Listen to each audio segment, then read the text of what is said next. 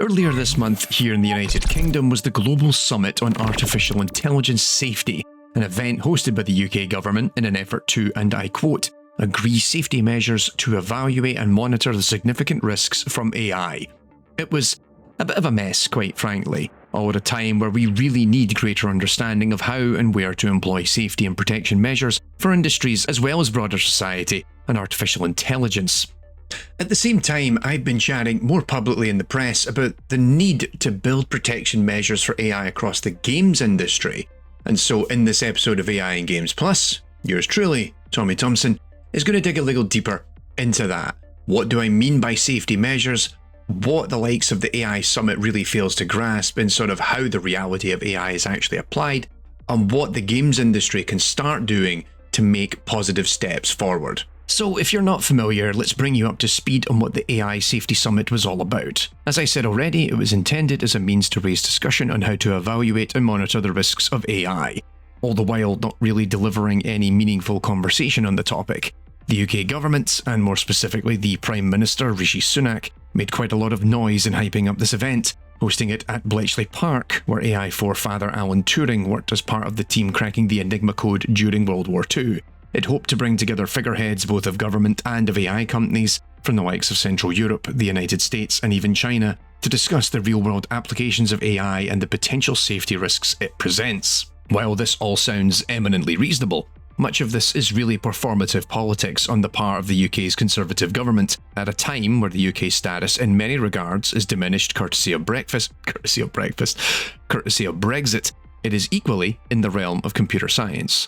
The UK has over the past 10 to 20 years lost what little foothold it had in the AI market. When it comes to AI, it is at this point a two-horse race really between the US and China, and depending on who you ask, the UK is at best in a distant third place.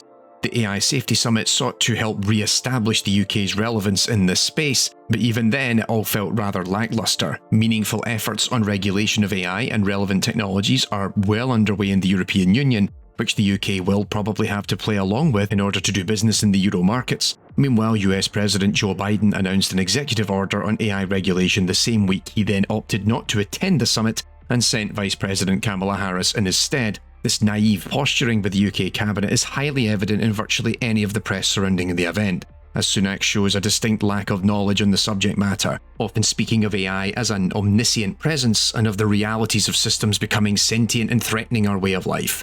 A UK Prime Minister having a conversation on the future of AI with Elon Musk of all people is like the blind leading the blind.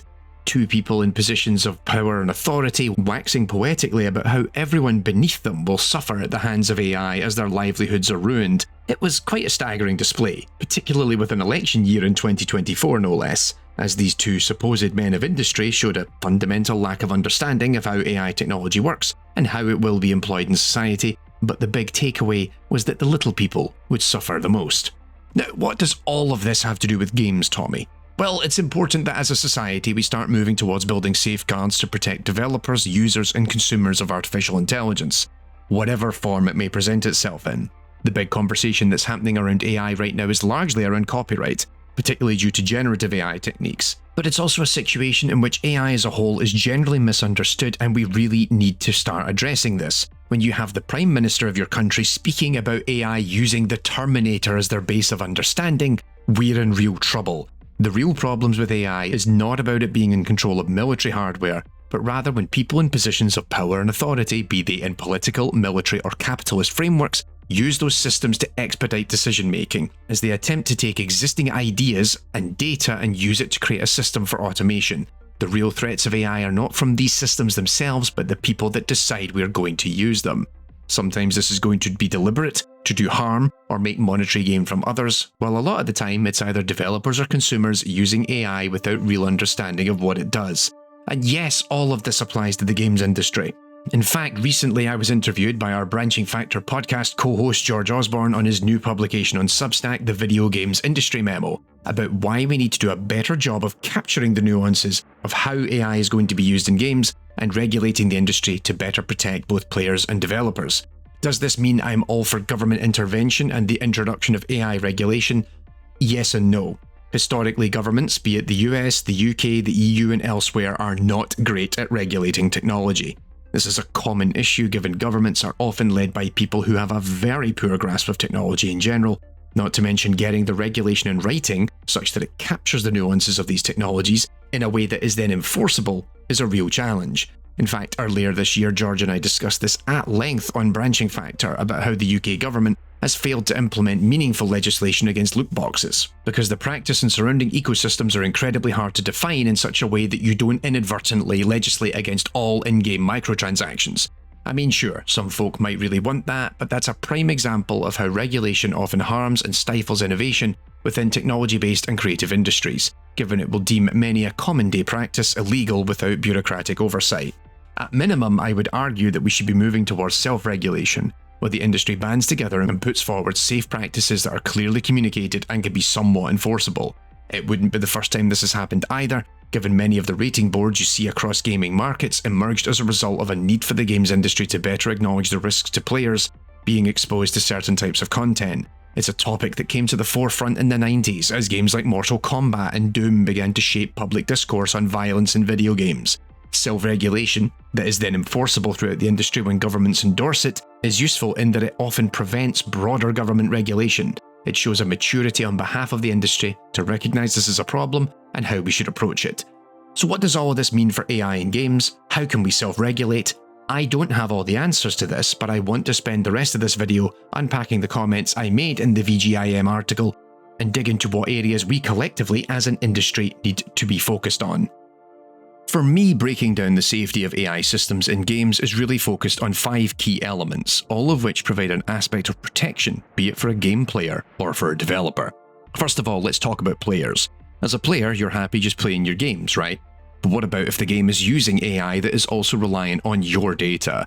A game where you're chatting with non-player characters powered by conversational AI means that the system is either reading your inputs on the keyboard and sending it for processing, or it's even capturing the audio of your voice. What is happening with that information? What rights do you have to it? For me, the 2 most obvious elements here is that you're able to control how and why your information is being used, and so it boils down to 2 core concepts. First, a player should be made aware of what AI technologies are being employed within a game, and how their data is being utilized or processed for the purposes of said AI. And then secondly, expanding on my first point, a player should also be made aware of what rights they have to opt out of their data being utilized for future AI training and development, as well as being able to see how and where their data is being processed as part of the AI training process. And critically, all of this should be in plain and easy to understand language, and not lost deep within an end-user license agreement.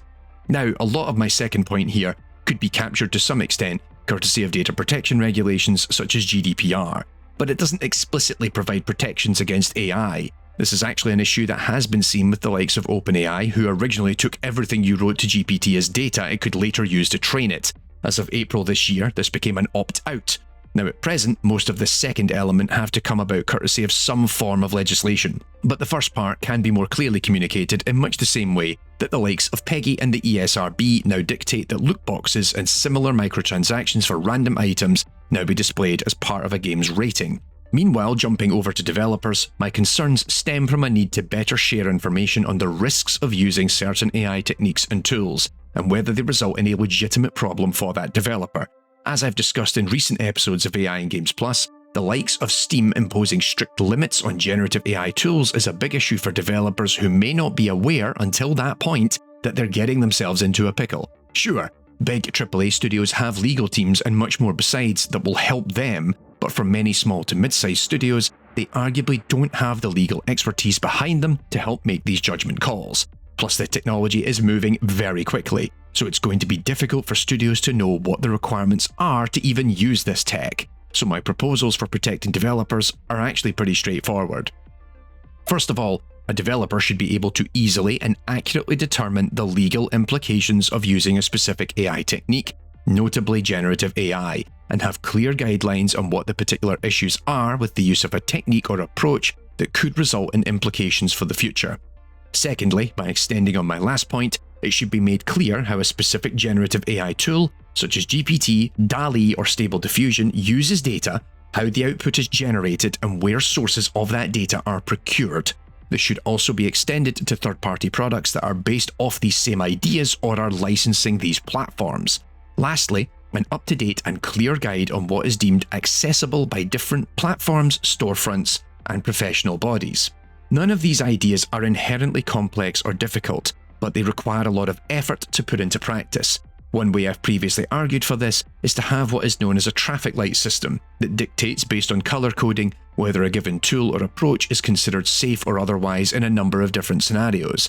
So rather than having to conduct a lot of your own research just to figure out whether a language model is going to be expensive or safe to use in your project, or whether the likes of Steam, Xbox or PlayStation will accept or reject your game, this will all be made available in an easy-to-use format. Now you might be wondering, why am I making such a big fuss about this? But we are at a very pivotal moment in the games industry as a whole with AI technology. For the past 10 years, we've seen AI become increasingly pervasive beyond the use of just enemies or director systems.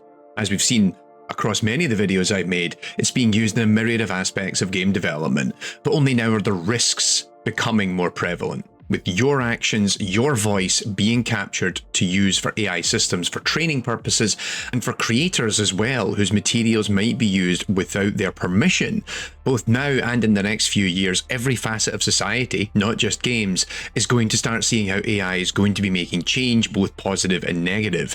And it won't be long before AI makes some very ugly headlines here in the games industry. For that, I am 100% positive. And regulation is often one of the first things that will then roll down the pipeline once these outcries become loud enough. And we're seeing that in so many other facets of society as AI is beginning to become more pervasive and more powerful. And so it's important that we start to get ahead of it. Having the industry self-regulate to some extent is a smart way forward to mitigate the more oppressive forms of regulation that can ultimately impact safe and practical uses of AI in the industry. And with that, I'm going to wrap this episode up. Thank you so much for watching this episode here of AI and Games Plus. I'm keen to hear your thoughts on this as well, so let me know down in the comments. Be sure to subscribe and stick around for more ramblings about AI in the games industry and much more besides right here on this channel, and of course over on the main AI and Games channel as well. Take care of yourselves, and yeah, I'll be back.